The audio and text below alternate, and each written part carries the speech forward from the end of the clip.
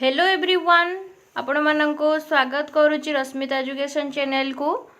तो आपण तो वेबसाइट को जाइए चेक करें ना ओएसएससी जो ओडिशा सीजीएल जो आमर आसला 15 आउ 3/2000 मार्च रे जो मार्च 15 जो एडवर्टाइजमेंट आसला प्राय पिला एप्लाई करते जो ओएसएससी सीजीएल रो जो प्रिलिम्स एग्जामिनेशन तार डेट रिलीज हो सारी। तो ये कौन अच्छी ना आपण मानकर 6 माने अक्टोबर 6 रे आपण मानकर कौन 1 सिटिंग रे कौन ओएमआर एमसीक्यू टाइप रो आपण मानकर OSSC CGL exam T conduct करा जिवो। तो देखंतु combine graduation level requirement examination 2024 will be held on 6-10 जोटा कि पिला माने बहुत कन्फ्यूजन हुंती।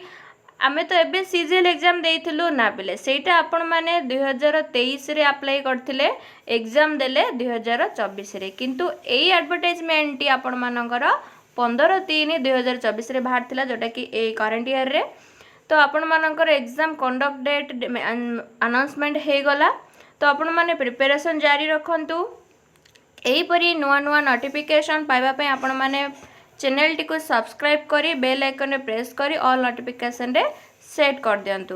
तो आपण माने तो सिलेबस जानि थेबे ऑब्वियसली। तो हमर रही डीआई देन रहिला हमर करंट इवेंट्स गत एग्जाम रे आपण माने प्रीवियस ईयर रो पेपर गुडा को देखंतु बहुत रिसेंटली करंट अफेयर पचारथिला। तो आपण माने से हिसाब रे करंट अफेयर्स प्रिपेयर करंतु। आ डीआई आ रहिला हमर मैथ देन रहिला कौन कंप्यूटर यही कभर करने चेष्टा करंतु। आउ मात्र कम दिन ही अच्छी अल्प दिन। तो आपण माने चेष्टा करंतु ठीक से प्रिपरेशन करबा एवं रिवीजन करबा प्रीवियस पेपर को रिवाइज करबा रिवीजन करबा मॉक टेस्ट दबा यही सब प्रैक्टिस करंतु।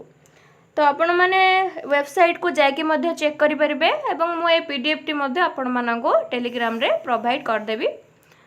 तो पिले एतिकी ही इन्फॉर्मेशन दबार थिला। तो वीडियोटी भल लागिले लाइक करिया पई जमारू भूलिबे नाही एवं चैनल टी को सब्सक्राइब करिया पई मध्य भूलिबे नाही। तो धन्यवाद सांग माने।